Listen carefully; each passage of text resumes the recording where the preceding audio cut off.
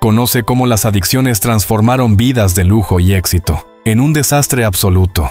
Famosos que brillaron intensamente y cayeron en picada hasta perderlo todo: fortuna, familia y salud. La miseria y el olvido fueron los últimos capítulos de sus vidas marcadas por el drama. La vida de Lucha Reyes, conocida como la reina de la canción ranchera, estuvo marcada por constantes desafíos personales. Desde temprana edad desarrolló una afinidad por ciertas sustancias, influenciada por circunstancias complejas en su entorno familiar. Este hábito la acompañó a lo largo de su carrera, impactando tanto sus relaciones personales como su estabilidad profesional. Durante su trayectoria, fue apartada de proyectos musicales debido a su comportamiento, lo cual también afectó su bienestar emocional. En su vida privada, enfrentó relaciones difíciles y la imposibilidad de tener hijos propios, profundizando su soledad. A pesar de su gran talento y de haber trabajado junto a figuras icónicas del cine mexicano como Pedro Armendáriz y Jorge Negrete, sus retos emocionales contribuyeron a una tristeza profunda.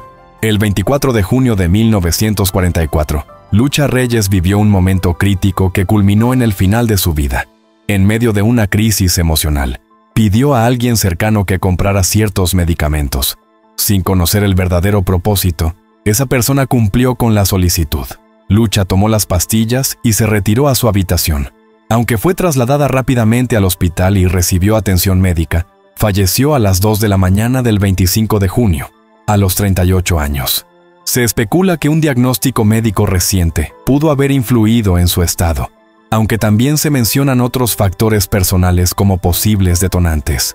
Sus restos descansan en el Panteón Civil de Dolores, y su legado musical continúa inspirando a generaciones.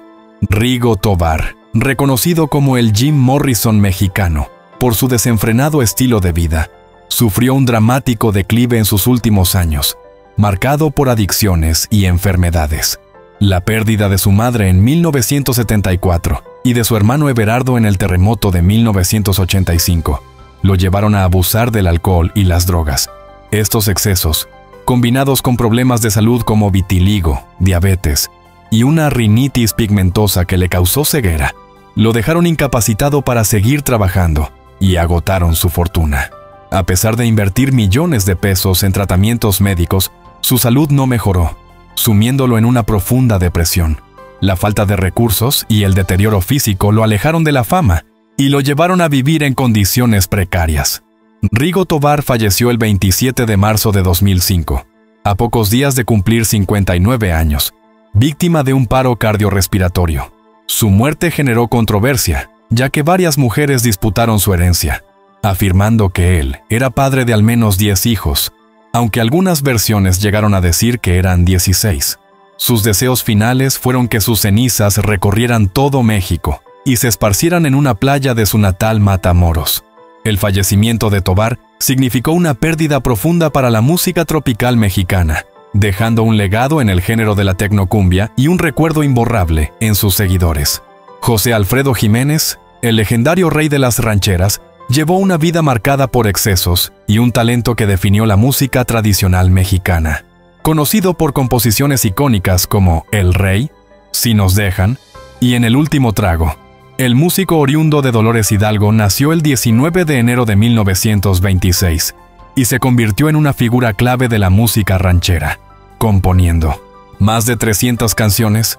A pesar de su éxito, su vida fue breve, terminando a los 47 años debido a una cirrosis hepática provocada por el alcohol. Antes de morir, tras recibir el diagnóstico de que solo le quedaban 2 meses, celebró una última y épica fiesta con Chabela Vargas en la emblemática cantina El Tenampa, llena de tequila y música. Este homenaje a sus días de gloria quedó grabado en la memoria de la sociedad mexicana. El 23 de noviembre de 1973, José Alfredo falleció, dejando tras de sí un legado inmortal. Sus últimos meses fueron terribles, postrado en una cama de hospital y enfrentando intensos dolores abdominales. Eligió ser enterrado en su pueblo natal, rechazando ser sepultado en un sitio destacado de la capital. Hoy, su tumba en Dolores Hidalgo, bajo un sombrero charro multicolor, recibe a cientos de admiradores que le rinden homenaje. Además de su complicada vida amorosa y familiar, con 6 hijos y 3 matrimonios, más de 30 familiares continúan peleando por la herencia millonaria que dejó, alimentada por las regalías de sus composiciones, que aún resuenan en los corazones de quienes lloran y celebran al patrón de las cantinas. Alonso Echanove, uno de los actores más versátiles del entretenimiento mexicano, sufrió un infierno personal marcado por adicciones al alcohol y las drogas que lo consumieron durante 28 años. A pesar de una exitosa carrera en teatro, cine y televisión, sus excesos lo llevaron a perder todo, incluso la dignidad y la estabilidad familiar. Desde los 14 años comenzó a fumar marihuana, luego consumió cocaína y, en su punto más crítico, gastó hasta 60,000 pesos en drogas. Sus adicciones lo llevaron a robar a sus seres queridos y vivir episodios traumáticos, como amenazas de traficantes y múltiples ingresos en clínicas de rehabilitación y hospitales psiquiátricos. Su salud se deterioró gravemente, enfrentando infartos cerebrales, parálisis facial y varios intentos de suicidio, llegando incluso a vivir en las calles y dormir en basureros. Sin embargo, tras años de lucha, Echanove logró rehabilitarse y encontrar paz en su natal Guanajuato. Se dedicó a enseñar actuación en la Universidad de Guanajuato por más de 20 años, formando a talentos como Salma Hayek y Luis Felipe Tovar. Aunque su vida estuvo marcada por altibajos, nunca ocultó su pasado y compartió su experiencia en charlas sobre adicciones, con un mensaje de esperanza y reconciliación. En 2021, fue homenajeado en el Teatro Juárez por su trayectoria, y aunque la fama se desvaneció, Alonso Echanove dejó un legado como actor y maestro, recordado por su fortaleza para superar un oscuro capítulo de su vida. La vida de Pedro Infante Jr., hijo del ícono mexicano Pedro Infante, estuvo marcada por años de adicción y sufrimiento que finalmente lo llevaron a un episodio trágico en su vida. El 1 de febrero de 2009, en un estado de desesperación por el abuso prolongado de droga, Pedro Infante Jr., Margarita Philp, a quien él llamaba su mamá en Estados Unidos, lo encontró ensangrentado en su casa y llamó a la ambulancia. Las heridas, algunas tan graves como las que afectaron sus órganos, fueron el resultado de décadas de consumo de narcóticos, incluidos ácidos y sustancias tóxicas que dañaron irreparablemente su cuerpo. Durante el trayecto al hospital, Pedro insistió en que debía contar la verdad, a pesar de que Philp intentó protegerlo pidiéndole que no mencionara el intento.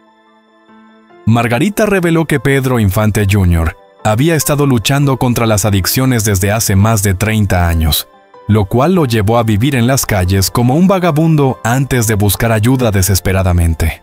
A pesar de sus esfuerzos por rehabilitarse y del apoyo de Philp, su salud estaba severamente comprometida, con órganos destrozados por el abuso de drogas y frecuentes episodios de tos con sangre.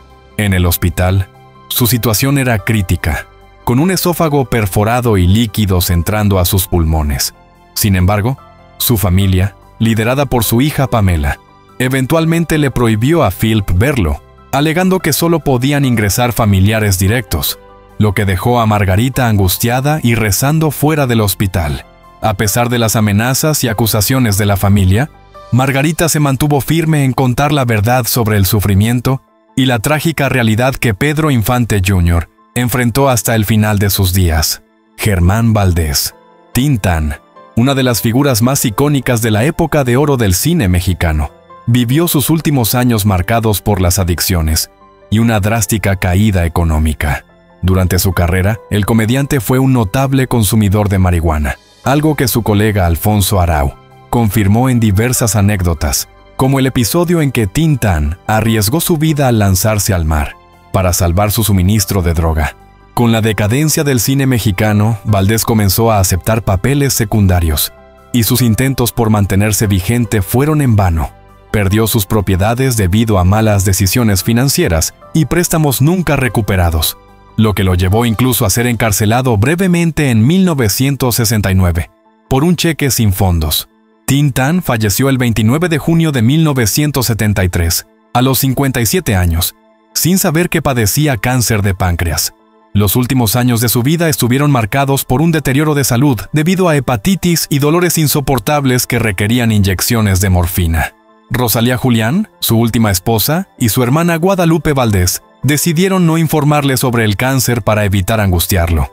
Finalmente, murió de un paro cardíaco, dejando versiones contradictorias sobre su situación financiera al momento de su fallecimiento. Algunos informes sugieren que murió sin nada, mientras que otros mencionan un seguro de vida de 40,000 pesos, proporcionado por la Asociación Nacional de Actores.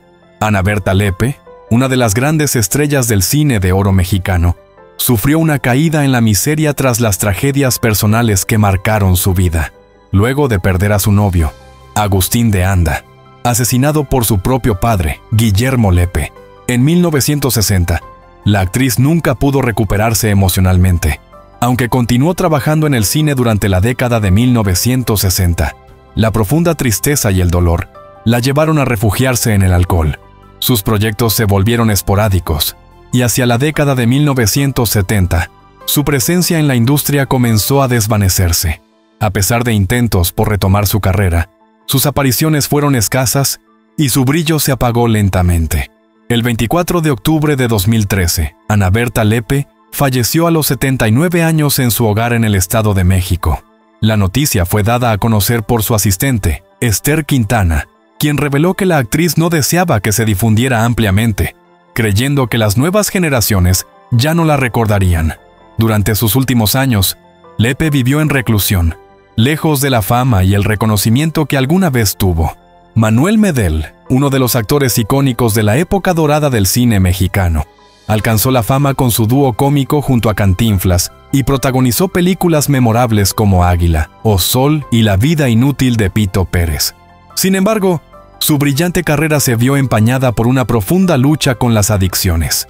El abuso del alcohol y otras sustancias afectó gravemente su salud y estabilidad, llevándolo a perder importantes oportunidades en el cine y teatro. Estas adicciones no solo lo alejaron de los reflectores, sino que también lo sumieron en la miseria y el olvido, dejándolo sin el apoyo de amigos y colegas que alguna vez lo acompañaron en sus días de éxito. El 14 de marzo de 1997, Manuel Medel falleció en la Ciudad de México a los 91 años, a causa de un paro cardíaco tras sufrir una caída. Su cuerpo fue sepultado en el Panteón Mausoleos del Ángel, y su funeral reflejó el triste estado en el que terminó su vida, con escasa asistencia y sin la presencia de sus antiguos compañeros del medio artístico. A pesar de haber dejado una huella en el cine mexicano, su final estuvo marcado por el abandono y la soledad. Quedó sin completar un libro de memorias titulado Medelerías, en el cual planeaba relatar su trayectoria y las historias detrás de sus personajes más queridos. Sergio Ramos, conocido como El Comanche, alcanzó la fama interpretando este personaje en Los Beverly de Peralvillo en los años 60. Sin embargo, su vida estuvo marcada por una larga batalla contra las adicciones, y dedicó más de 25 años a la rehabilitación de personas con problemas de drogadicción y alcoholismo. Aunque nunca se alejó de los foros artísticos, su salud se deterioró con el tiempo debido a complicaciones derivadas de la diabetes mellitus, que lo obligaron a múltiples hospitalizaciones. Participó en más de 150 largometrajes y series televisivas, manteniendo su presencia en la industria a pesar de sus luchas personales. El 2 de febrero de 2004, Sergio Ramos falleció a los 69 años a causa de una insuficiencia renal. Sus restos fueron incinerados en el Panteón Español, dejando un legado en el cine y la televisión mexicana. José José, conocido como el príncipe de la canción, enfrentó una vida llena de tragedias y adicciones. Desde niño sufrió abusos por parte de vecinos mayores, un trauma que ocultó durante años y que contribuyó a su dependencia del alcohol y las drogas. Además, su infancia estuvo marcada por la ausencia de su padre y la violencia familiar. Su fama deslumbrante en los años 70 y 80 lo llevó a un ciclo de excesos que destruyó su salud y le robó su legendaria voz.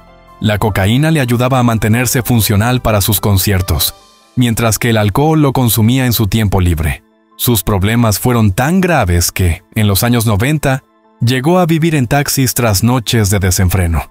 El 28 de septiembre de 2019, José José falleció a los 71 años en un hospital de Miami, Florida, debido a complicaciones de un cáncer de páncreas diagnosticado en 2017.